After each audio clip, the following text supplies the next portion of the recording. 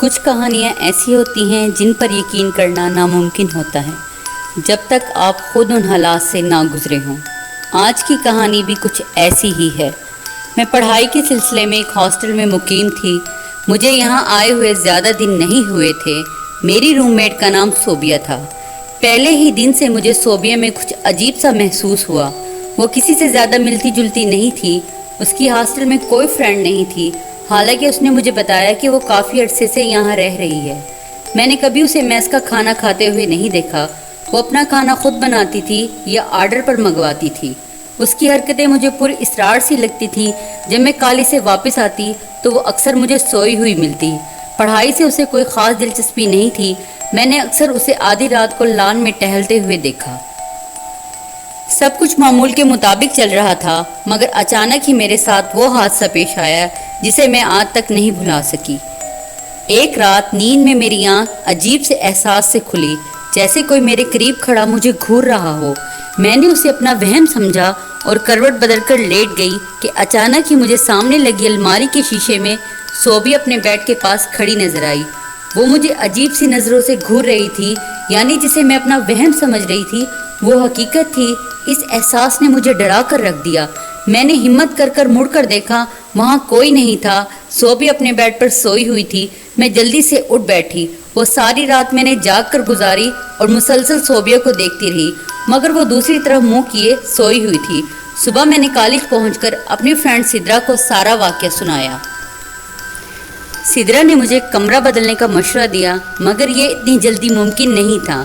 یہ اگلی رات کی بات ہے۔ کل رات جاگنے کی وجہ سے میرے سر میں شدید درد تھا، اس لیے میں شام کو جلدی سونے کے لیے لیٹ گئی۔ رات کو میری آنکھ پیاس کی شدت سے کھلی۔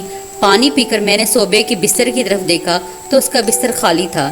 میں نے تھوڑی دیر انتظار کیا، شاید وہ واش روم میں ہو، مگر وہ وہاں بھی نہیں تھی۔ رات کا 1 بجا تھا۔ مجھے حیرانگی تو ہوئی۔ میں نے کھڑکی کے پردے ہٹا کر باہر جھانکا تو مجھے سامنے لان میں پڑی چیئر پر بیٹھی نظر آئی۔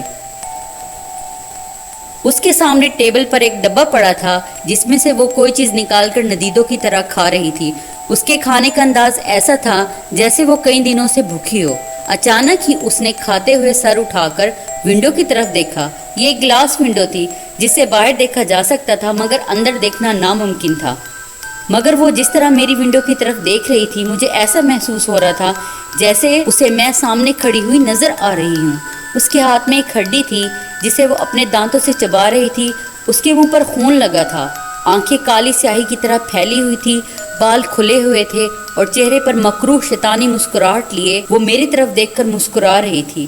پھر اچانک ہی اس نے اپنا ہاتھ ہوا میں بلند کیا جیسے مجھے کھانے کی آفر کر رہی ہو۔ خوف کے مارے میرے رونگٹے کھڑے ہو گئے۔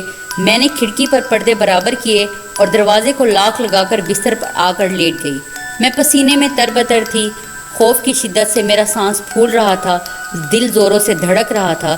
تھوڑی ہی دیر گزری تھی کہ مجھے دروازے پر زوردار دستک کی آواز سنائی دی۔ میں اپنے بستر میں مزید دبک گئی۔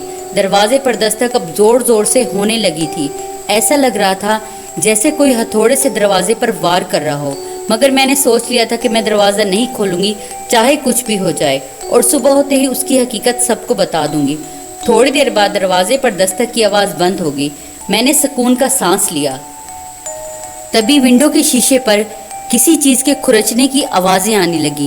میں نے خوفزدہ نظروں سے کھڑکی کی طرف دیکھا۔ میرے اندر اتنی ہمت نہیں تھی کہ میں پردے ہٹا کر باہر ہی دیکھ لیتی۔ تبھی صوبیہ کی سرسراتی ہوئی آواز مجھے سنائی دی، دروازہ کھول دو، میں تمہیں کچھ نہیں کہوں گی۔ میں دروازہ نہیں کھولوں گی چاہے تم کچھ بھی کر لو، میں نے زور سے چلا کر جواب دیا۔ اس کے بعد باہر مکمل خاموشی چھا گئی۔